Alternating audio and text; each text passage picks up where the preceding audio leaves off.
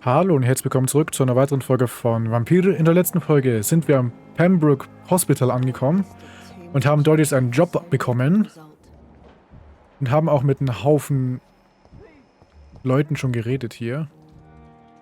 Und auch zwei Untersuchungen freigeschaltet, wenn ich mich nicht täusche. Hier irgendwo. Irgendwo war das doch jetzt. Hier hinten? Genau, hier. Wir haben hier zweimal Untersuchungen an, die wir machen können. Aber die starten wir jetzt noch nicht. Erstmal gucken wir mal uns hier noch ein bisschen um und dann reden wir noch mit ein paar Leuten und dann gehen wir in das Büro, wo wir eigentlich hin wollen. Krankenschwestern werden jetzt gebraucht. Im Namen der Barmherzigkeit. Sie verlassen sich auf sie. Krankenschwestern werden jetzt gebraucht. Melden Sie sich beim nächsten Regierungsbüro des Ministeriums für Arbeit und Wehrdienst oder schreiben Sie an 15 Kingsway, London.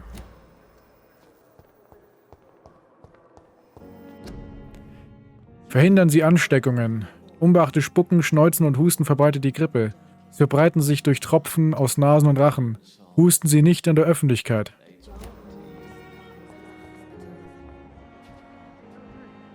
Okay, ich glaube, da drüben sind noch ein paar Leute, mit denen ich reden kann. Unbekannt.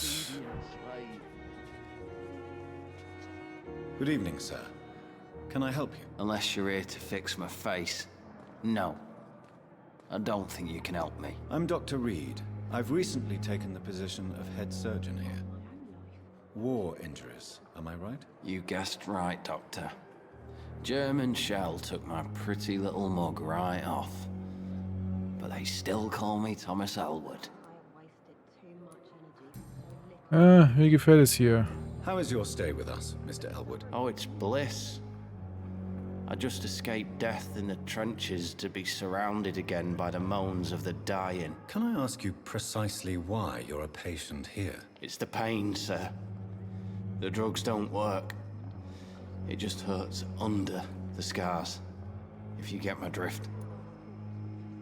Okay. Can I do anything for your pain? Nurses gave me a bunch of pills. No effect. Told you. It's like the flames are under my skin, burning away. Okay. Who is treating you? Is someone in particular looking after your case? Nobody since the old and tired doctor spoke to me. Started to think I was forgotten about. Wouldn't blame you. You don't seem worried by that. My face hurts so much more when I smile or cry. I've learned it's easier not to speak. But be assured I'm smiling inside. Okay.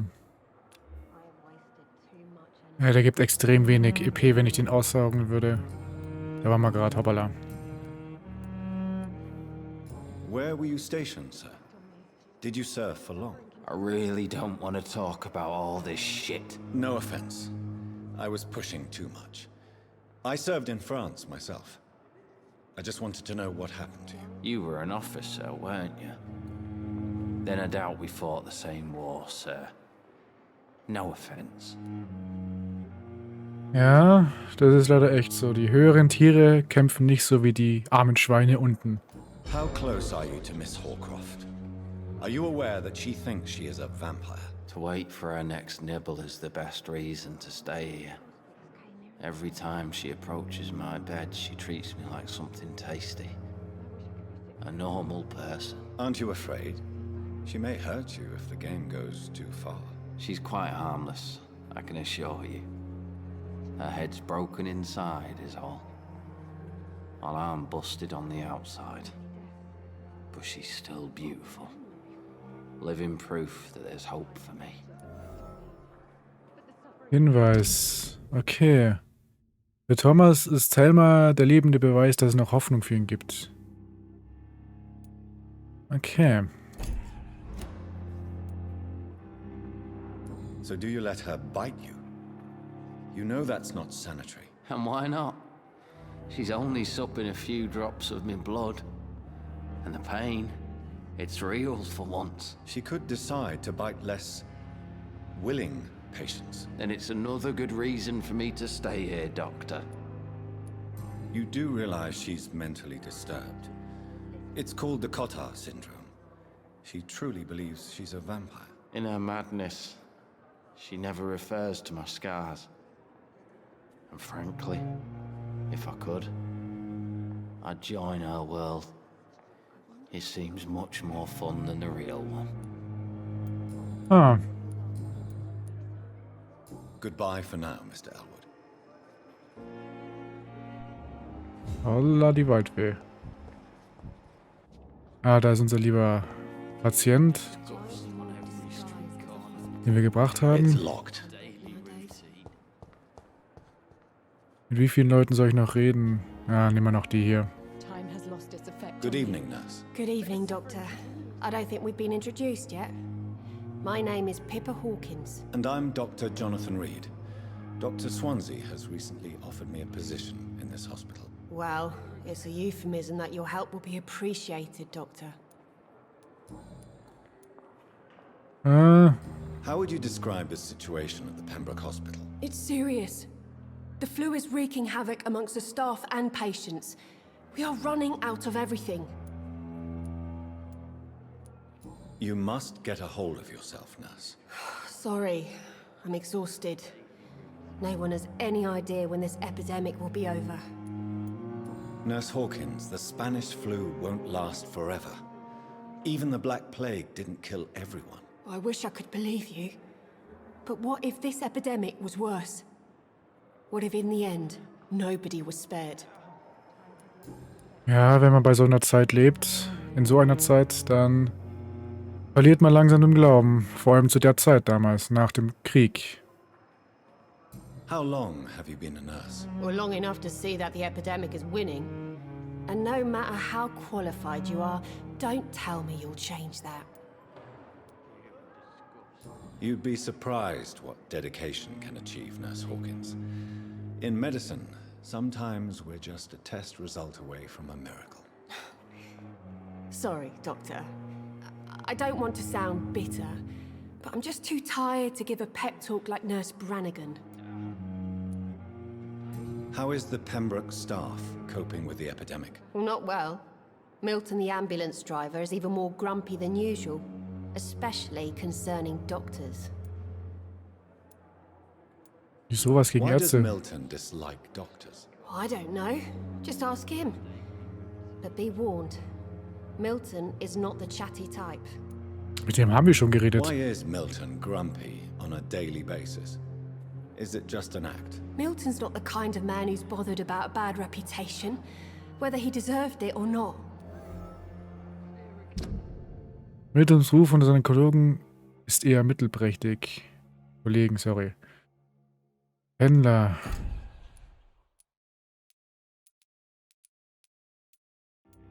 Okay, hier ist ein Dreiergrupp.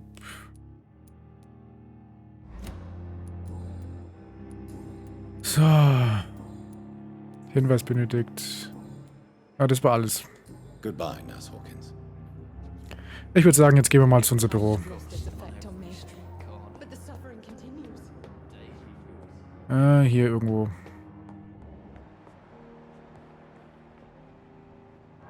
Wir müssen noch weiter hoch. Okay, ich bin komplett falsch. Nach links. Dorothy Crane. Abgenutzte Säge. 65 Schaden. Nahkampfwaffe.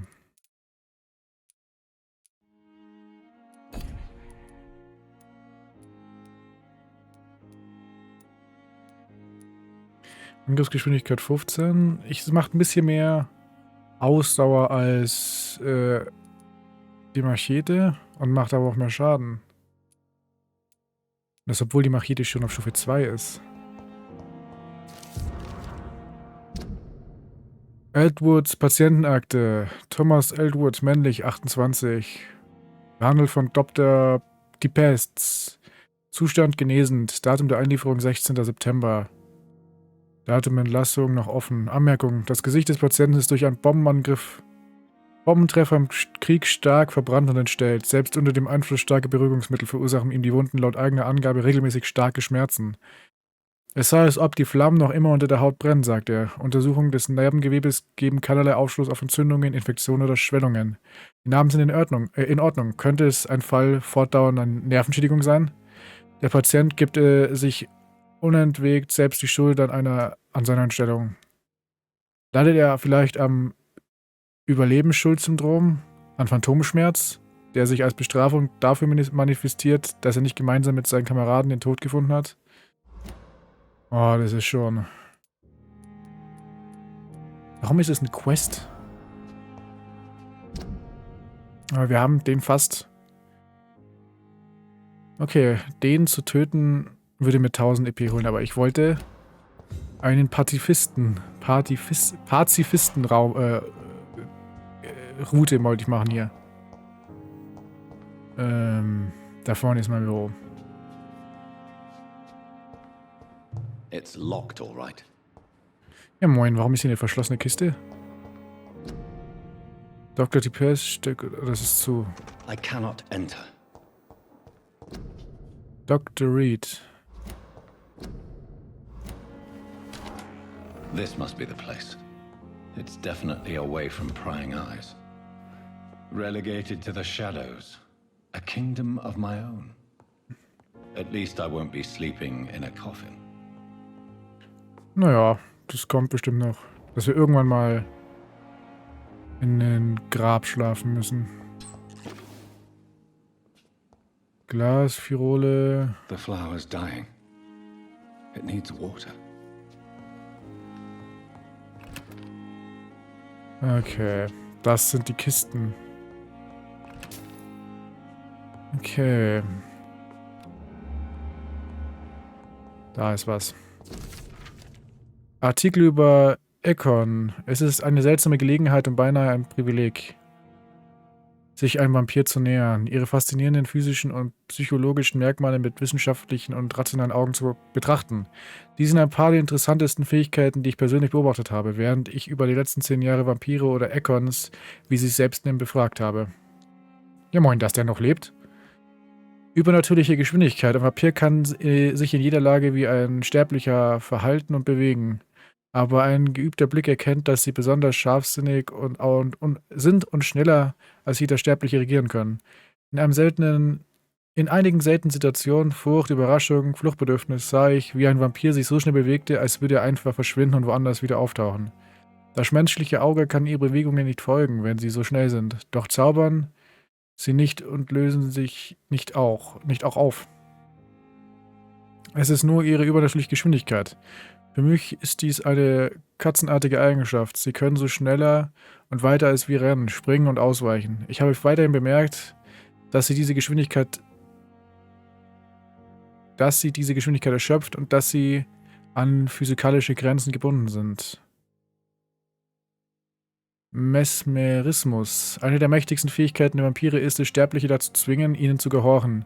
Ich nenne dies Mesmerismus. Es hat aber nichts mit der Fähigkeit der Sterblichen zu tun, ein Subjekt in einen anderen mentalen Zustand zu versetzen. Ein Vampir kann den Willen eines Sterblichen beliebig beugen und sogar brechen. Ein Vampir, den ich befragte, sagte mir, dass je mehr sich ein Subjekt wehre, desto dauerhafter wäre der Schaden, da ein Vampir wortwörtlich die Psyche eines Opfers zergliedern kann. Holy. Derselbe Vampir erklärte mir, er bräuchte Zeit, diese Fähigkeit zu meistern. Es brauchte Zeit zu meistern. Je nach Subjekt könne das Ergebnis außerdem stark variieren. Eine falsche Erinnerung einpflanzen, eine schmerzhafte löschen, die Möglichkeiten sind unbegrenzt und beängstigend. Gespür für Blut. Dies ist wohl die schädlichste aller Eigenschaften, die aus ihr so viele Tragödien für die Vampire und für uns entstanden sind. Vampire gieren nach Blut. Sie müssen sich mit ihrem Willen selbst unterdrücken, um nicht fieberhaft jeden Tropfen Blut nachzujagen, dem sie gewahr werden. Es erhält sie aufrecht. Nur durch Blut können sie ihre übernatürlichen Fähigkeiten voll ausschöpfen. Obwohl er nicht durch Unterernährung oder Durst sterben kann, kann ein ausgehungerter Vampir sehr schwach sein. Dieser Trieb, dieses Verlangen nach Blut erklärt ebenfalls, warum es Vampire derart in Erregung versetzt. Ein Vampir gestand mir, durch Geruch und die Anziehungskraft von Blut seien so stark, dass es ihn manchmal blind mache. Wenn er sich konzentriert, kann ein Vampir das Blut um sich herum fast sehen. In warmen Körpern, durch Wände hindurch, an vermeintlich sauberen Waffen etc. Derselbe Vampir verrät mir, dass er sehe, ob Sterbliche... Okay. Ob Sterbliche gesundes Blut haben oder krank seien. Und dass er in seiner Umgebung in manchen Fällen Krankheiten, infizierte Kleidung und blutige Gegenstände erkennen könnte. Sollte dies wahr sein, würde diese Eigenschaft in der Medizin unzählige Anwendungen finden. Es wäre kaum zu glauben. Die Frage ist das ein... Ja, das ist ein Quest-Gegenstand. Schade.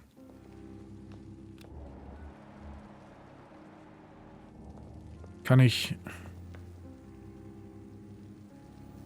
Ah, hier geht die Quest weiter. Analysieren. Leichtes Regenerationsserum. Ich kann nichts machen. William Bishop's blood is much more unstable than human blood and shows extensive mutation. But this is not what happened to me. I must keep on searching. Okay. The sun is about to rise. I can feel it. I'll continue tomorrow night. I have so much time now. Naja, die Frage ist jetzt... Ja, dann schlafe ich jetzt einfach.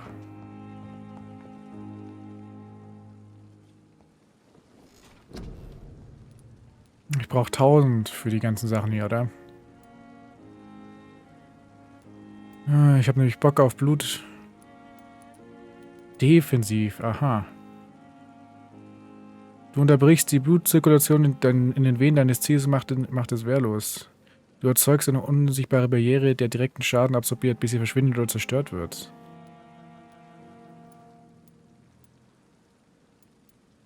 Ne, wenn würde ich erst auf den Blutspeer gehen. Und da brauche ich 1000 für.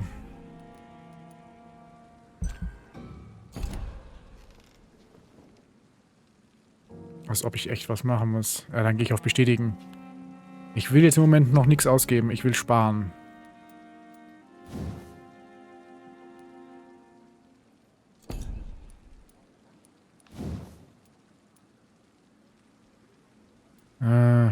Mehr 100, plus 100 Gesundheit.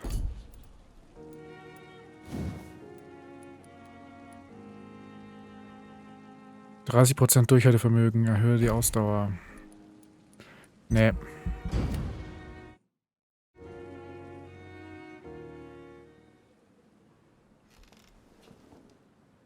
If I'm to stay here until my research is complete, I'd better learn to hide my true nature from the mortals. But what about my thirst for blood? Nachtschicht. Quest, ich habe Williams Bischofs Blut analysiert, aber das Ergebnis ist nur teilweise verwertbar. Das Blut der Probe war wesentlich instabiler als das eines Menschen und stark mutiert. Aber es ist nicht das, was mir widerfahren ist. Ich muss weitersuchen. Ich muss mehr Beweise über das sammeln, was hier vor sich geht. Die Zeit mag auf meiner Seite sein, aber Londons Seite ist sie ganz sicher nicht. Die Epidemie rafft tausende Menschen dahin. Die ganze Stadt steht am Rande des Zusammenbruchs. Ich glaube langsam all das hängt irgendwie zusammen, aber bis jetzt erkenne ich weder ein Muster, noch habe ich eine plausible Erklärung. Vorerst muss ich den Arzt geben und jenen, die meine Hilfebedürftigen bestmöglich helfen, während ich weitersuche.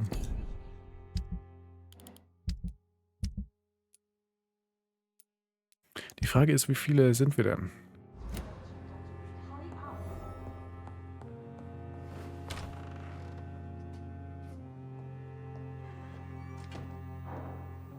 Yes, Nurse Crane? How can I help you? I'm so sorry. I know Dr. Swansea wanted you to rest, but we have somewhat of a crisis. A crisis, you say? Our supply of antiseptics is nearly depleted. I was hoping there was another box up here, but...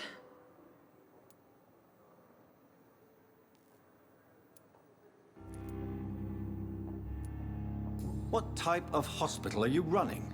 No antiseptics? You have been away too long, Doctor. With the war and now this epidemic, supplies have been running scarce for months now. I may have a solution. In France, during the war, drugs shortage was a daily problem, and we had to use our wits to overcome the shortages. However do you mean? If combined correctly, Certain household chemical products can be used in a pinch instead. Now, where's the hospital storeroom? The storeroom? Fat chance. This is the Pembroke, and space is luxury we don't have. Everything used to be stored in the old morgue. Perhaps I should look there first. Where is this morgue? It's the large building behind the hospital. You'll need to go in the back door because it's been sealed off for sanitary reasons. Take this key. It opens a small back entrance at the end of a narrow street. The abandoned morgue behind the hospital. A small door at the end of a narrow street. On my way then. Thank you, nurse. Alles klar.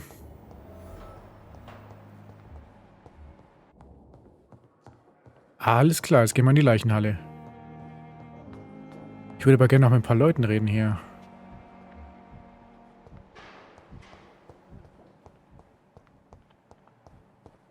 Okay. Ach, das ist sogar der richtige Weg, Bro. Naja, dann.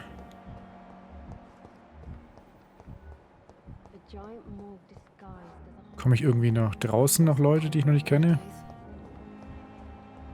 Die sind da drüben. Komme ich da überhaupt hin? Ja, komme ich sogar.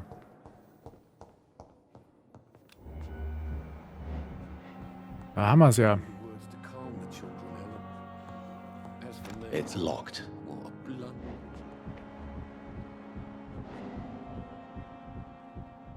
Okay, what the fuck? What?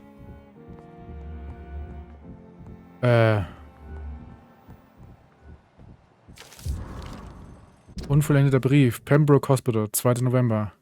Meine lieben Kinder, es tut mir leid, dass ich euch bisher nicht geschrieben habe, aber es schmerzt höllisch, allein diese paar verflixten Worte zu Papier zu bringen. Macht euch keine Sorgen. Daddy kommt aus dem Krankenhaus, sobald die Ärzte seinen Arm heil gemacht haben. Wenn ihr bis dahin etwas braucht, geht zu Mr. Chadwick auf der Baustelle und sagt ihm, dass ihr Harry Feddicks Kinder seid. Erinnert ihr euch an Robert Chadwick, der große Mann mit dem Schnurrbart, der mit letzten Frühling half, die Haustür zu reparieren? Geht zu ihm und bittet ihn um ein paar Schillinge. Er wird euch sicherlich helfen. Leider kann ich gerade nicht arbeiten, aber wir lassen uns etwas einfallen, wenn ich zurück bin. Keine Angst, wenn Daddys Arm wieder bei Kräften ist, wird alles gut. Wenn die Ärzte endlich meinen Arm geheilt haben, werde ich... Den kenne ich noch nicht mal.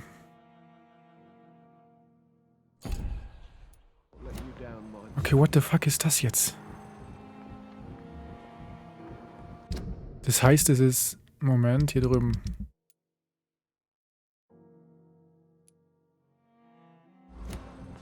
Naja, reden wir mit dem.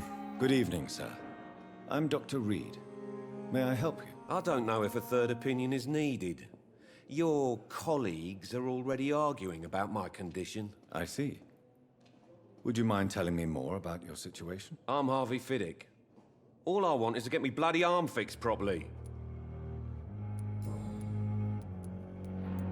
Tell me about yourself, Mr. Fiddick. I'm just a regular guy waiting to get his arm fixed, so I can return to work and to my family. I was more curious about what you were doing before being hospitalized. I'm a carpenter, and a good one too. But that means I need both arms to feed my family, Dr. Reed. Okay. Are you satisfied with your treatment here? Well, it's clear that I've chosen a bad time to be injured. Forgive my bluntness, but you seem overwhelmed by cases of the flu. I won't lie to you about it. I'm afraid we are. Are you sure you don't want to operate yourself, Dr. Reed? I have the feeling you're very capable, and your colleagues seem to think so too. In other circumstances, you would be right. But for now, I don't think I can take on the responsibility. My apologies. Tell me about the doctors who are arguing about your case. Strickland and Aykroyd. They both want the best for me, but there's a lot of pride there. Doctors are no different from carpenters, it seems. What do you mean? I often had professional arguments with rivals on a building site. Difference is, I disagreed about wooden nails, not flesh and bones. Okay. You seem worried about the safety of your family. And it's obviously the reason why your wound troubles you so much. I cannot give up on my children now. They both need me living. What about their mother? if I may ask? She died in 1915 during one of the first Zeppelin raids. We never found her body. Über die tote Tell Frau. me more about the death of your wife, Harvey. 1915. I was in the army, building workshops for the Royal Flying Corps. Helen was happy I wasn't sent to the front. What happened? The Germans sent Zeppelins to bomb the construction site, but they missed their target. My wife was bringing my dinner when the bombs fell.